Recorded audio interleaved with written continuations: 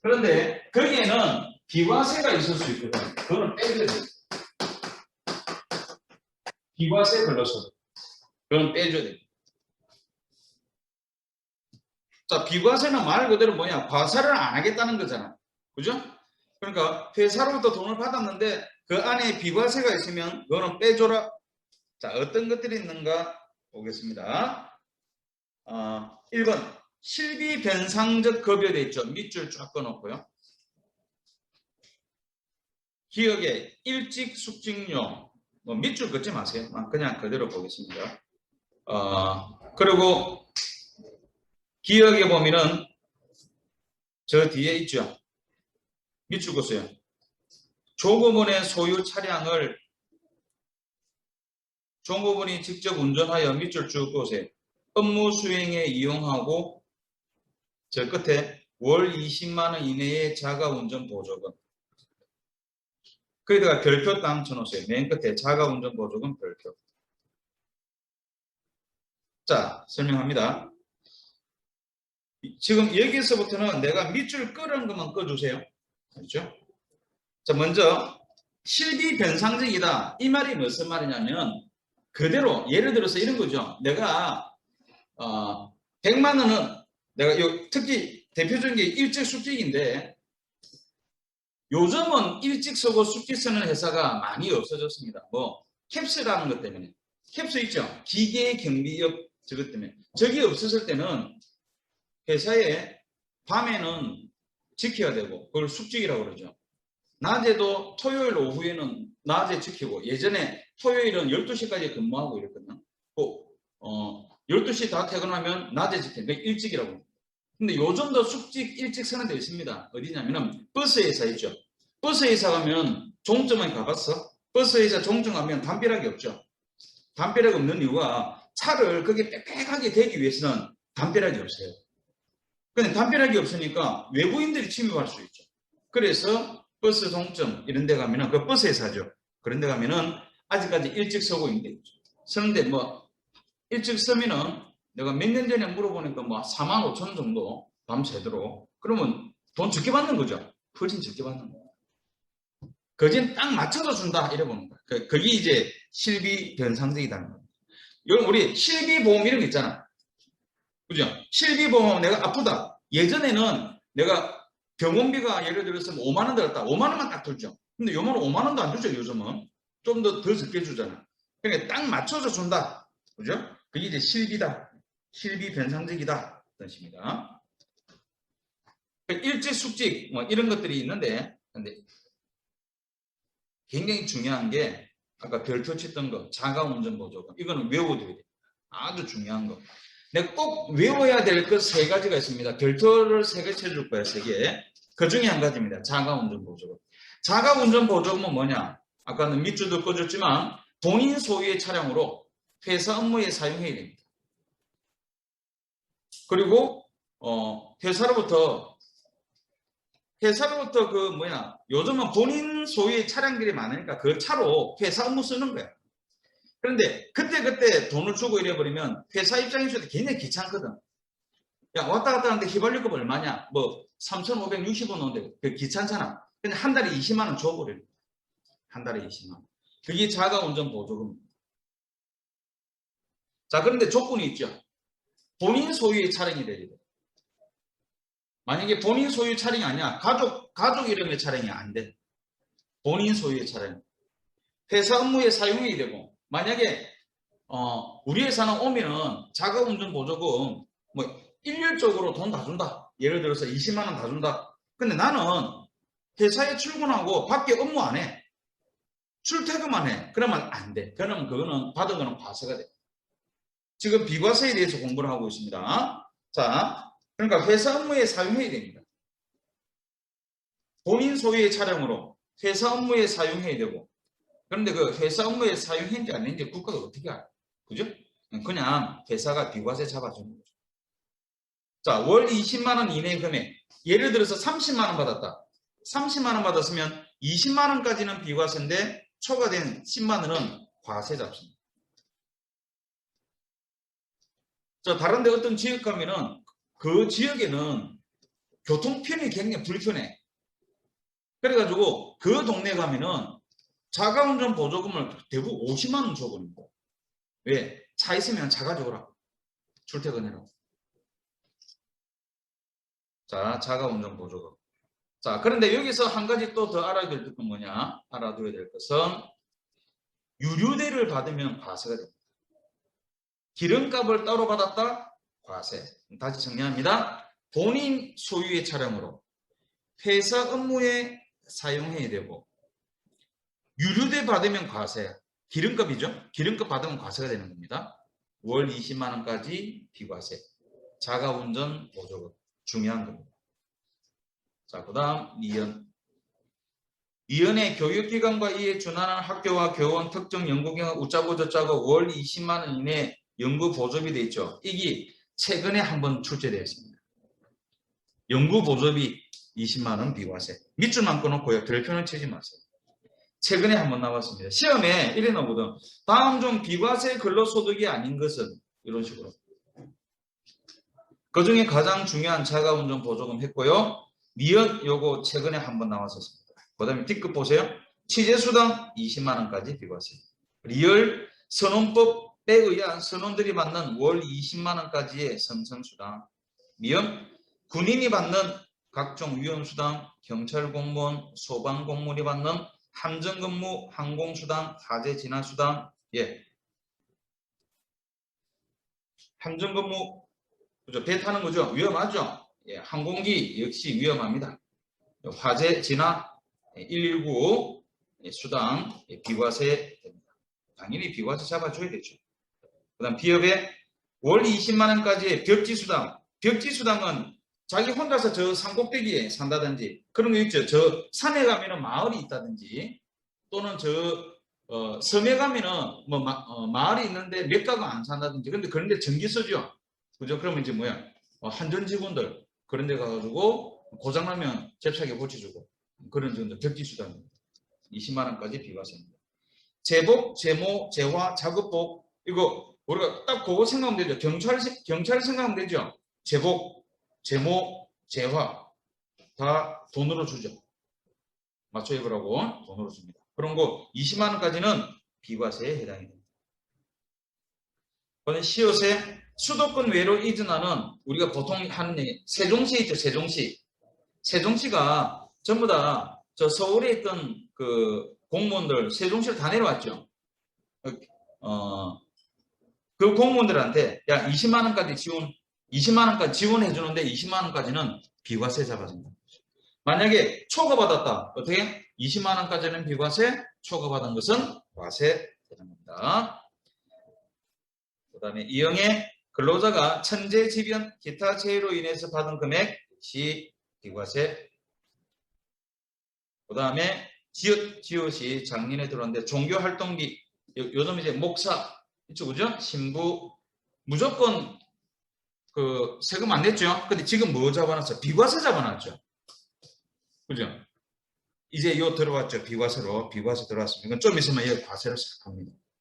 이제 지금 밑밥 작업을 하고 있는 거 딱 보니까 종교활동비 비과세가 됩니다. 자, 여기서 네모안의 가장 중요한 자가운전 보조금 꼭 기억합니다. 본인 소유의 차량으로 회사 업무에 사용해야 되고 유류대 받으면 과세 20만 원까지 비과세가 됩니다. 자, 그 다음에 2번 밑줄 보세요. 생산직 근로자 밑줄 연장야간 휴일 근로수당 밑줄 그 밑에 밑줄 긋습니다. 직장연도 총급여가 3천만 원 이하로서 월정급여 210만 원 이하인 밑줄 그 월정급여가 210만 원 그거는 밑줄 안 꺼도 되겠다. 그 다음에 기역에 보면 연 240만 원 이내 금액 밑줄 그 옆에 광산 근로자와 일용 근로자는 전액 밑줄. 자, 설명합니다. 자, 여기서 일단은 생산직 근로자라는 조건이 딱 나와 있죠. 사무직 근로자는 아니다라는 뜻이죠. 자, 연장야간 휴일 근로수당. 연장은 뭐죠? 우리가 근로계약서에 몇 시부터 몇 시까지 근무한다라고 딱 정해져 있죠. 예를 들어서 9시부터 6시까지야. 그런데 오늘 8시까지 근무했어. 그럼 2시간이 그죠? 7시, 8시까지 근무한 거 있죠. 그 2시간을 우리는 연장 근로를 합니다. 내가 만약에 근로계약 시간을 10시부터 8시까지가 근로계약인 거야. 예를 들어서 10시부터 아침에 10시 출근하고 8시 퇴근하는 거야. 자, 그런데 만약에 내가 10시까지 근무했다. 그러면 이제 9시, 10시 그 2시간이 연장 근로거든. 그 근로계약서에서 초과된 근로시간 그걸 연장 근로로 합니다. 곱하기 1.5죠. 그 다음에 야간 근로는 밤에 근무하는 거죠. 그죠? 밤 10시 이후에 근무하는 겁니다. 그 다음에 휴일 근로는 빨간 날이죠. 빨간 날 근무하면은 뭐 예를 들어서 뭐 휴일인데 그죠? 뭐 일요일 날 근무했다든지 다 1.5가 됩니다. 곱하기 2 하는 날이 있죠. 그 5월 1일 근로자의 날 하면 곱하기 2입니다. 자, 연장 야간 휴일 근로수당 생산기 근로자입니다. 근데 사무직 근로자가 만약에 연장 야간 휴일 근로수당 받았다. 고맙죠? 대신에 과세. 그런데 이 생산기 근로자가 받는 연장 야간 휴일 근로수당이 비과세가 되기 위한 조건에 첫 번째가 직전 연도 총급여가 3천만 원 이하가 되어야 됩니다. 작년이죠. 작년 총급여가 3천만 원 이하야. 예를 들어서 작년에 총급여가 3,500 받았죠. 그러면 올해 받는 연장 야간 휴일 근로는 다 과세. 그 다음에 월정급여 210만 원 이하인 일이 됐죠. 월정급여가 뭐냐? 월정급여. 월정은 매월 일정하게, 이건 그 밑에 공식 나와 있죠. 월정급여는 총급여에서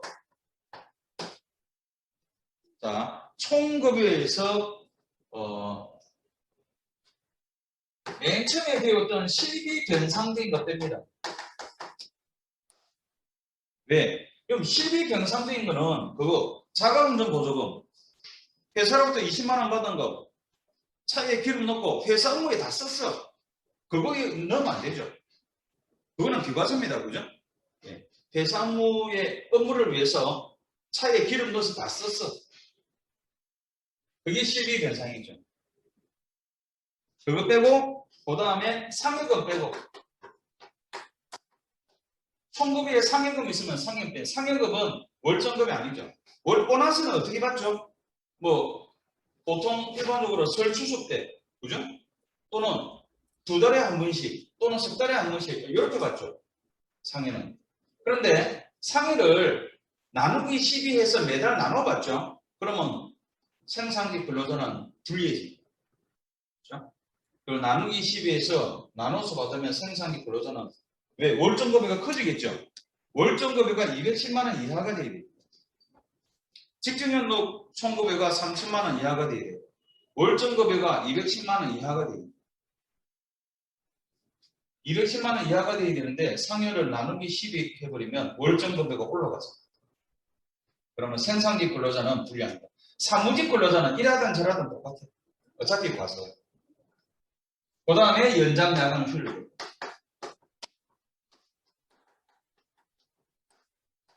그거 빼면 월정급여가 됩니다. 얘 빼줘요. 실비 변상적인 거 회사 업무에 다 썼잖아. 기름값 다 넣었잖아. 빼. 상여금 월정급이 아니잖아. 빼. 연장 야간 휴일 근로 이것도 월정급이 아니거든. 뺀 것이 월정급여가 됩니다. 월정급여는 시험에 나온 적 한 번도 없었습니다. 그래가지고 시험에 나온 적은 한 번도 없었다. 자, 그런데 연간 240만 원까지만 비과세해줍니다. 그것도 또. 그리고 광산 근로자나 일용직 근로자는 그런 거 없어. 240만 원 한도 없습니다. 다 비과세. 자, 정리합니다. 연장야간 휴일 근로수당 정리합니다. 자, 연장야간 휴일 근로수당은 생산직 근로자로 딱 한정되어 있습니다. 자, 직전연도 총급여가 3천만 원 이하가 되어야 되고요. 그 다음에 월정급여가 210만 원 이하인 생산기 근로자가 받는 연장야간 휴일 근로수당이 연간 240만 원까지 비과세다. 월정급여라는 것도 있고요. 광산 근로자나 일용직 근로자는 그 240만 원 한도 딱 전액 비과세가 되는 겁니다. 자, 우리 시험에서는 크게 얘가 영향을 못 미칩니다. 그렇죠? 근데 시험에서 생산기 근로자다 이라고 우리가 체크하는 부분이 있어. 그거 나중에 내가 설명할 겁니다. 여기서 중요한 것은 총급여가 3천만 원 요거 하나 중요합니다.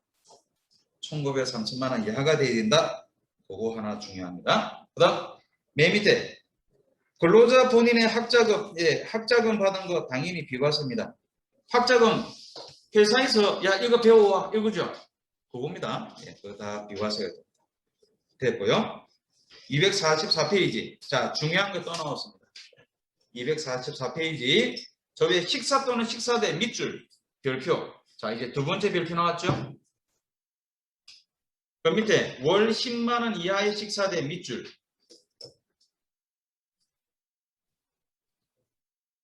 여기서 식사대는 중식대를 말합니다. 아침 식사도 아니고 중식대, 점심 식사대가 됩니다. 월 10만 원까지 비과세. 20만 원 주면 10만 원까지 비과세, 초과된 건 과세. 여러분 아까 우리 자가운전 보조금에서 이런 거 있었지. 유류대 받으면 과세 이런 거 있었죠. 여기서는 뭐가 있냐면 이거 있어. 급식 받으면 과세가 돼. 우리 회사에 식당이 있는데 급식 받아서 밥도 먹고 돈도 받았다. 그럼 과세가 나. 유류대 받으면 자가운전 보조금 과세. 식대에서 급식을 받았다 그러면 과세. 요거 잘 나옵니다. 그렇죠? 중요한 거. 급식 받으면 과세입니다. 10만 원까지 비과세. 급식 받으면 과세. 조심하고요. 자, 두 번째 별표 나왔죠. 자, 5번에 사용자가 부담하는 부담금. 사용자가 근로자들 대신해서 50% 보험료 내주죠. 국민연금, 건강보험료, 고용보험료, 재해보험료는 아예 다 내주죠. 그런 거 우리가 회사가 대신 내준 거 이거는 근로소득 아니라고. 아까 그랬잖아. 명칭불구하고 회사로부터 이득을 취하면 근로소득이랬죠. 근데 회사가 보험료를 대신 내주잖아. 건강보험료, 고용보험료, 국민연금, 그죠? 재해보험. 근데 그건 아니라고. 그건 아니다. 그건 비과세다. 그거는 근로소득 아니다. 비과세다. 신경 쓰지 마라. 그 다음 기타 비과세 기업. 근로자 또는 그 배우자의 출산이나 밑줄 보세요. 6세 이하의 자녀 밑줄. 보육과 관련하여 사용자로부터 지급받은 급여로서 밑줄 보세요. 월 10만 원 이내의 금액 밑줄. 그래가지고 그 앞에다가 적으세요. 기업 앞에다가 육아수당. 육아수당이라고 적고 앞에 별표. 자, 마지막 별표 나왔습니다. 별표 3개 중에서 마지막 거 육아수당. 월 10만 원까지 비과세. 조건이 되어 있죠? 6세 이하의 자녀가 있어요. 예를 들어서 내가 아들이 있는데 아들이 20살이야. 근데 육아수당 받았어. 받으면 땡큐죠. 받으면 땡큐지. 일단은 주면 좋은 거야. 받았어. 과세. 근데 이거 비과세 되려면 6세 이하의 자녀가 있으면 비과세. 자, 여기 볼까요? 동그라미 3개. 이 자리에서 바로 외우세요. 자가운전 보조금. 10대 육아수당. 비과세. 아시죠? 그럼 나머지는 어떻게 하느냐? 이러는데. 잘 모르겠는데 걔는 과세야. 과세이기 때문에 이런 과세 종류가 너무 많아. 알았죠? 수당의 종류가 엄청나게 많거든. 그러니까 비과세만 3가지 딱 외워. 나머지 우리가 어떻게 다 알아? 다 몰라도 돼. 그 3가지만 딱 기억해. 아까 생산기 근로자의 연장야간 휴일 근로수당도 있었지만 걔는 특이하거든. 걔는 일단 빼고 자가운전 보조금 정리합니다. 자가운전 보조금 월 20만 원이죠. 비과세가 되기 위한 요건 본인 소유의 차량이 있어야 돼. 회사 업무에 사용해야 돼. 유류대 받으면 과세야. 10대 밥 먹으면 과세야. 급식 받으면 과세가 됩니다. 10만 원까지 비과세죠. 육아수당 6세 이하의 자녀가 있으면 비과세입니다. 자녀가 없다? 6세 이상이다? 과세 10만 원까지. 요 세 가지 지금 이 자리에서 바로 외우세요. 자가운전 보조금, 식대, 육아수당. 그리고 육아수당 있죠. 이 정식 명칭입니다. 회사에서는 다른 명칭을 쓸 수 있어. 맞죠? 근데 우리는 정식 명칭을 알아야 됩니다. 자가운전 보조금. 그 회사에서는 이러거든. 차량 보조금 이렇게도 한단 말이야. 근데 우리는 자가운전 보조금이라고 알아둬야 돼. 무조건. 그렇죠? 자가운전 보조금, 10대 육아수당. 세 가지 외웠습니다.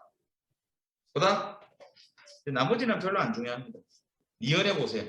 국외 또는 북한에서 근로를 제공하고 받은 보수액 중 밑줄 보세요. 월 100만 원 밑줄.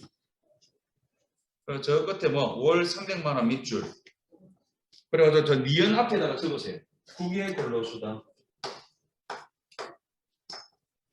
국외 근로수당.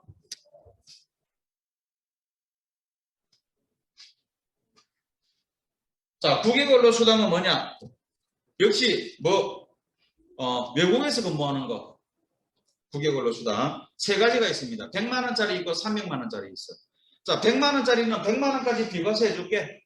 300만 원까지는 300만 원까지 비과세 해줄게. 이 300만 원 비과세면 엄청나죠? 그럼 누가 고생을 많이 한다는 뜻이야? 300만 원짜리가 고생을 많이 한다 이런 의미겠죠? 300만 원까지 비과세 잡아준다는 것은. 그죠? 그럼 300만 원짜리는 주로 누가 있냐면 원양어선. 저 외국에 가가지고 참치 잡아오고, 그죠?